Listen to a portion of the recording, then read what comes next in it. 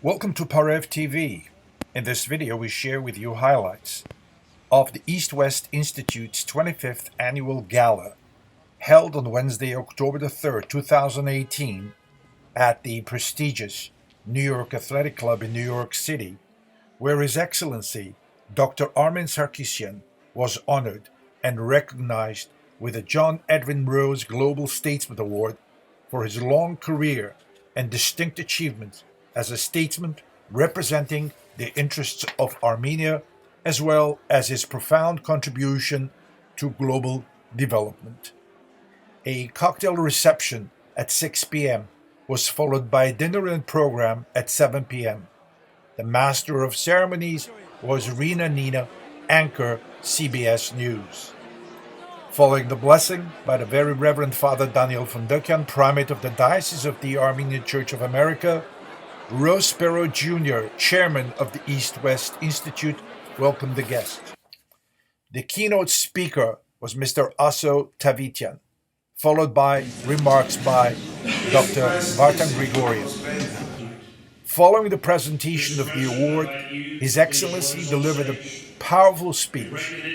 We congratulate His Excellency Armen Sarkissian and proudly share his remarks and highlights of the Gala with for your our guidance and viewers. contribution to global development, for your role as a vice chairman of the EastWest Institute, proving instrumental in fostering trust in building bridges between opposite parties, for embodying what it means to be a true state.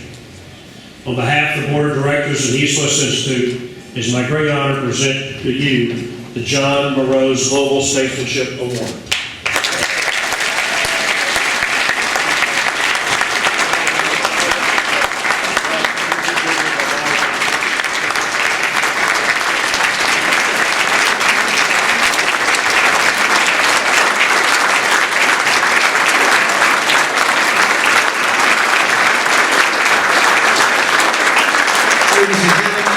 Your Excellencies, ladies and gentlemen, dear friends, sevgili balikanlar, sevgili hayranlar, dear partner, dear brother, it's my great honor to be here today and to be honored by EastWest Institute.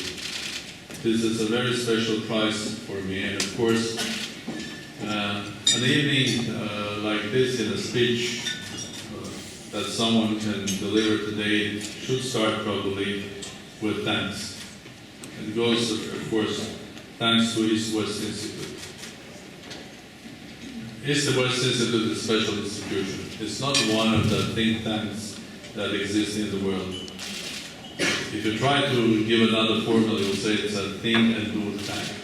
I was working with many international think tanks in my recent 15, 20 years. I've been working with, starting from the World Economic Forum and others. I think but when you work with this West Institute, it's a completely different way of looking at the world and completely different quality of satisfaction. Because you can do a lot of research, dialogue, exchange of ideas at the World Economic Forum in Davos or any other working think tanks. But the EastWest Institute maybe is smaller. But when it has an idea that is very important, it indicates. So you have this great energy of thinking about something, believing in something, and going and implementing, trying to make a small but very important change. These small but important changes started from the days of the Cold War. EastWest Institute was one of the first in order to create the whole idea of having parallel diplomacy, which is a public diplomacy, or the diplomacy where helping to bring together the presidents of the United States and the leader of the Soviet Union, and further the presidents of the United States with the head of Russia and other countries. Great institution. So thanks, EastWest Institute. Great honor for me. Thanks, Mr. Chairman, sir. Thanks, Mr. President. Special honor, Ross, because years being on the board together with you and knowing your family, being a friend, Knowing your father, another lesson of my life. The way I see Burroughs Sr., when I think about him, I think he's an astronaut. Someone that comes from sky to you, when you meet him, the whole energy he has, and the fantastic collection of astronauts and cosmonauts, including the ones of Yuri Gagarin. A man that was probably a bit early for American politics, but he brought a fantastic new fresh way of looking at politics. And I'm sure in years to come, there will be a president of the United States whose family will be pro.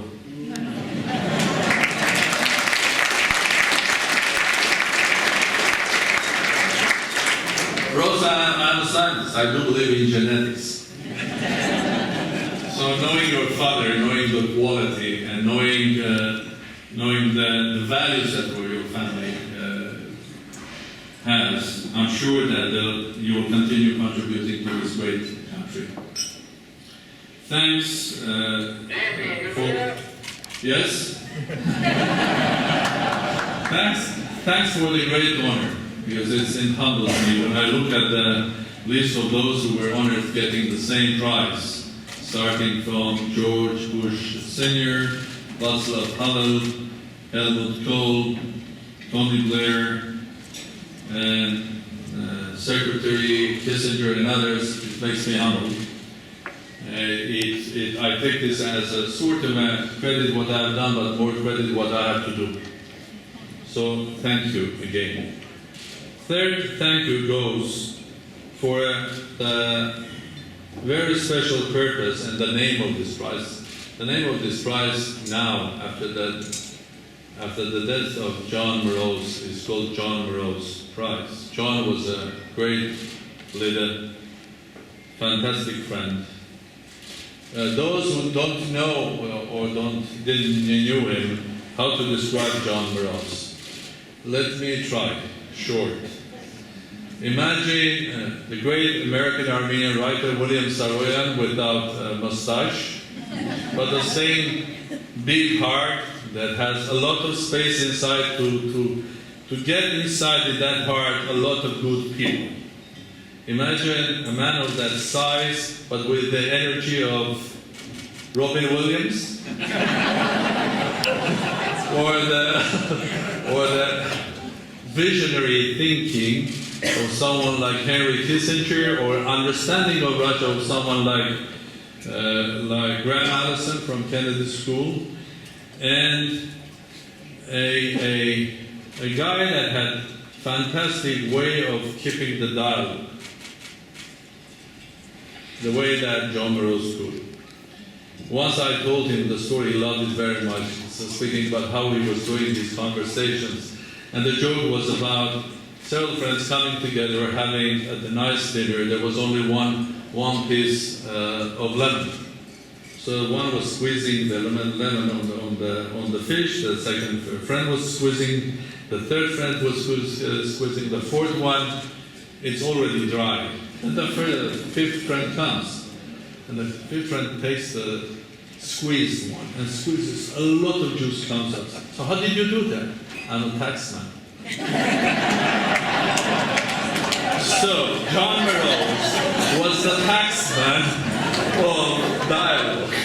He could squeeze from you whatever he wanted already when you were dry.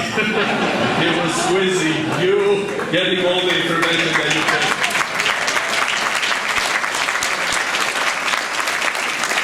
So it's a great honor to have this. Another thanks, because it's an honor for Armenia. I mean, among the great names that the Institute had honored, now there will be a president of Armenia. Well, let's forget the name of the president, but it's Armenia. And it's a great honor for me to representing my nation and my state here. Very important and very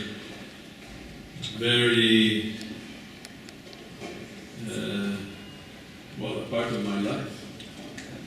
And I have to serve another 6.5 years as president. But probably I've served all my life when I was born by and taught my parents, both my father and mother, to serve the country and the nation. We are a special nation, and before going further to discussing about EastWest Institute about Armenia, I would like to thank Aso Tabitian. Where is Aso?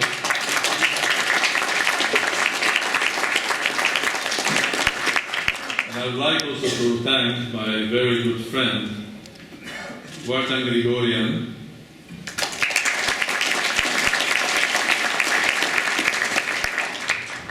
They have made my life very easy today, because Aso spoke about East-West Armenia's relations with Russia, with the West, so I don't have to speak about it. It's much more easier. And Vartan Grigorian said very important things about what we really have to do and what does that mean, what is the future of Armenia. Let me just add a small thing also. Years ago, when I first joined EastWest Institute as a board member, then the vice chair, Don Candle, great man, chairman of PepsiCo, asked me, so how do you feel, young man? When I was young, former prime minister. So how do you feel, young man? I said, I feel home. So what do you mean? Because EastWest is like Armenia, and Armenia is like EastWest. They said, what do you mean? I said, do you believe in science and historic science and genetics? I said, yes. The historic science says that humanity was born some 65,000 years ago in Africa.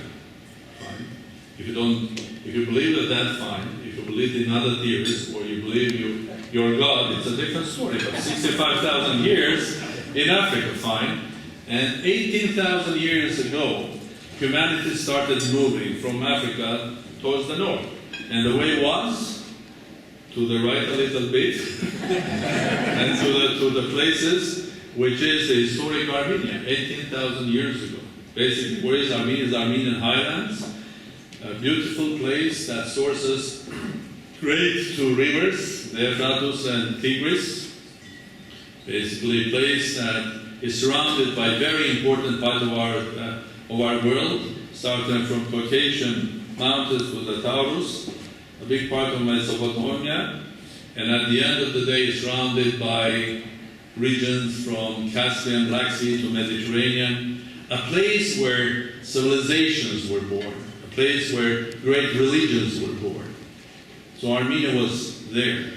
18,000 years ago, a part of the humanity turned to the left, so they went to the west.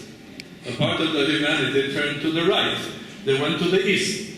So we didn't turn anywhere. We stayed there. So we didn't.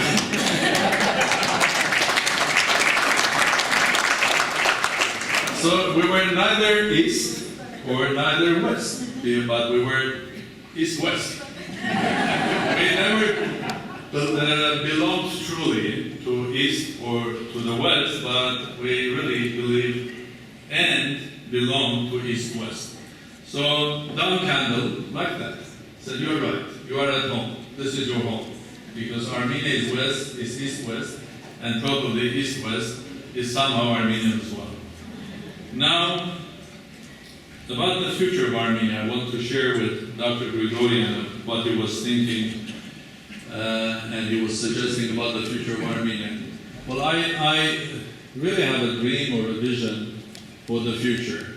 And that dream or a vision includes also the fact or the reality that we are facing, where this world is moving towards. If the 20th century was the century of natural resources, and based on that political and other powers, 21st century is going to be different. My good friend, Ambassador Mantra, was referring about quantum diplomacy. In reality, it's much more deeper and more complex. It's not only diplomacy, it's quantum politics.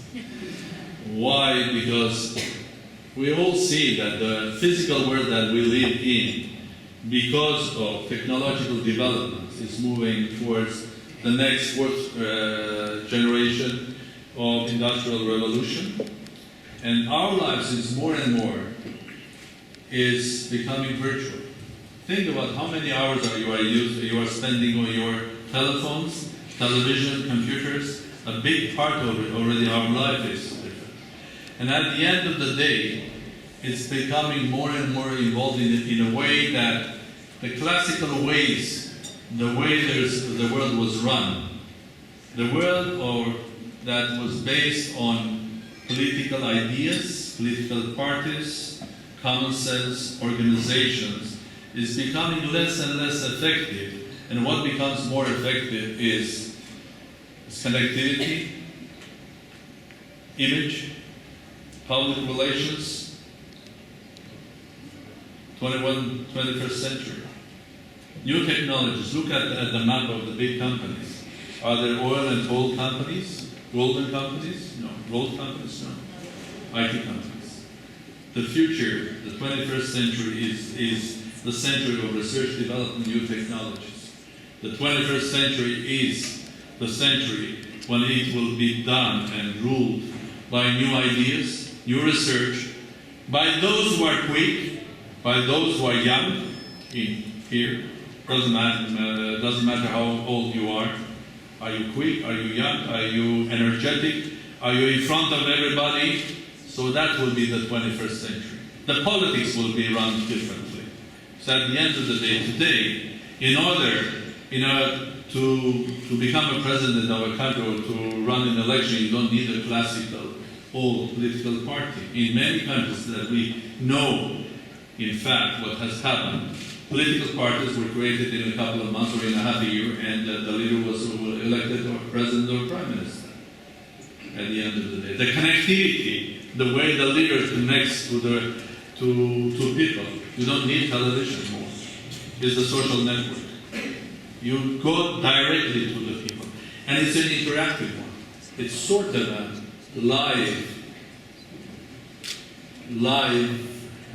virtual life at the end of the day, when every citizen will have an opportunity to be a part of a solution or to become a problem virtually for EastWest Institute.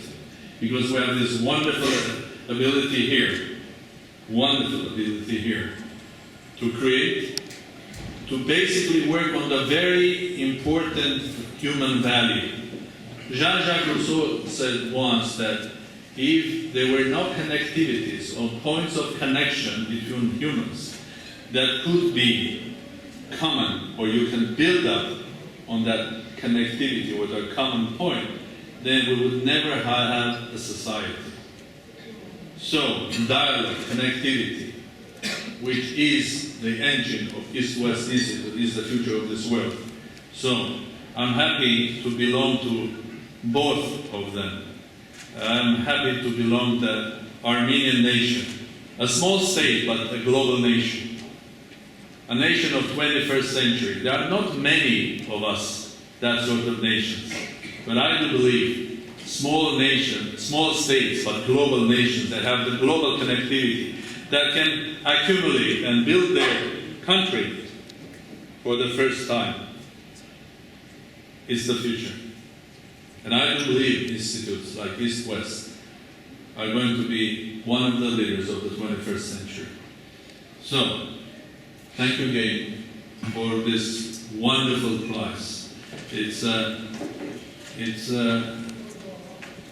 will remind me that I have still a lot to do. It will remind me that about wonderful people that I had the chance of meeting in my life inside the EastWest Institute. It will always remind me about a wonderful man whose name was John Burroughs. And it will always remind me there is so much to do in our world. And I have also a duty to serve my country and my nation.